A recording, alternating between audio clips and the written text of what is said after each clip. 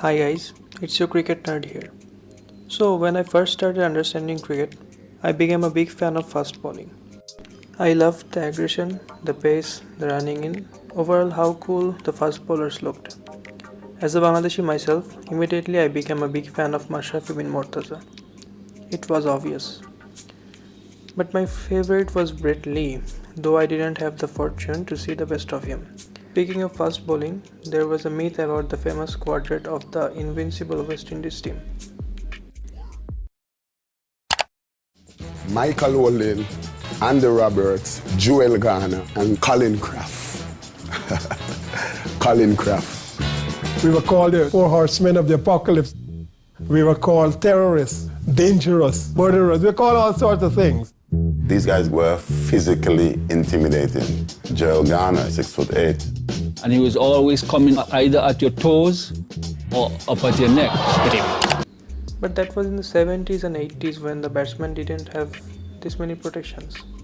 There was no grill on the helmets, the bats were not as thick, pitches were not as carefully curated as today, and there was no limit on bouncers.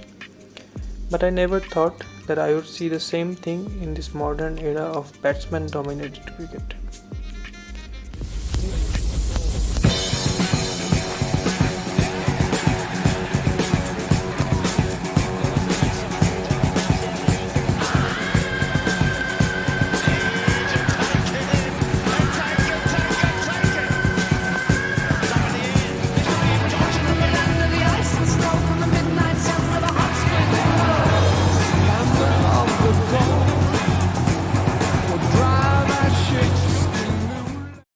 Mitchell Johnson proved me wrong in the 2013-14 Ashes series.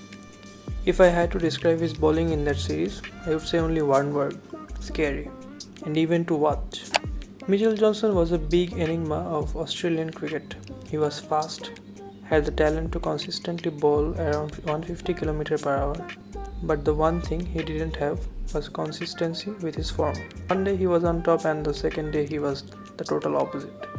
But in the 2013-14 Ashes series, he took himself to a new height, and I personally have never seen anything like it. He was bowling fast like really fast. As I remember in that Ashes series, he never clocked under 140 km per hour unless he wanted to. That is something extraordinary. He was lethal and looked like he was not here to take wickets, but also to hurt the batsman.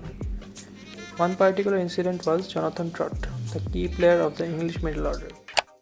5 fielders saving the single on the offside with the slip. 3 of them on the leg side saving the single.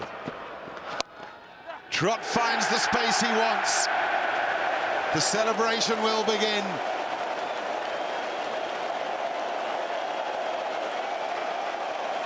One of the most outstanding performances you'll ever see. A man who's here to stay. Flew back to England after the first test. The reason was that he thought he was not good enough to bat. That's a big statement from a batsman who was at that time on the list of the top 10 test batsmen of England. But wait, if I only tell you that he took 37 wickets in 5 matches, it would be an injustice to him. Yes, this unbelievable number of wickets seems little in front of his way of bowling. He was all over the Englishman. I'm saying it again, it was scary. Short pitch bowling at its best. He bowled bouncers after bouncers after bouncers. Only in his first spell of the first test, he was a bit wavered. After that, it was just carnage. It almost felt like he would take a wicket off every single ball that he bowled. I still remember one spell where he did not pitch a single ball even on the good length. And for the first time, with all the guards and pads, I saw fear in batsman's eyes. Nobody was excited about facing him. He was hitting them on the helmet, on the rib, gloves, you can name any part of the human body. Every batsman knew what was coming, but they couldn't do anything against it. World-class batsmen like Cook, Peterson, Bell, Pryor were left clueless. Every batsman was worried about getting hurt, then scoring runs. Getting out was the easiest way to get some comfort. Can you imagine? I'm not even talking about club cricket, guys. This was the first time I understood the meaning of proper fast bowling. The fear factor, the destroying the confidence of the opponent, that I always read about the legends of cricket, I saw with my own eyes. And yes, he also had swing. The pitch of a ball he bowled to Cook was something that I will tell my grandkids probably. But the best part was the short pitch bowling. Brad Harrin, the keeper, was taking almost every ball over his head.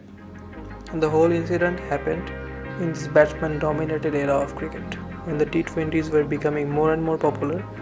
When the fans started loving 4s and 6s more than wickets, he showed how exciting fast bowling can be. Cricket is a game where every member of the team has to contribute to win game, especially test matches. But if you ask anyone about the 2013-14 Ashes series, he will say only one name, Mitchell Johnson. I am not so sure about the English, but the rest of the cricket world will always remember the summer of Johnson as one of the greatest moments of cricket.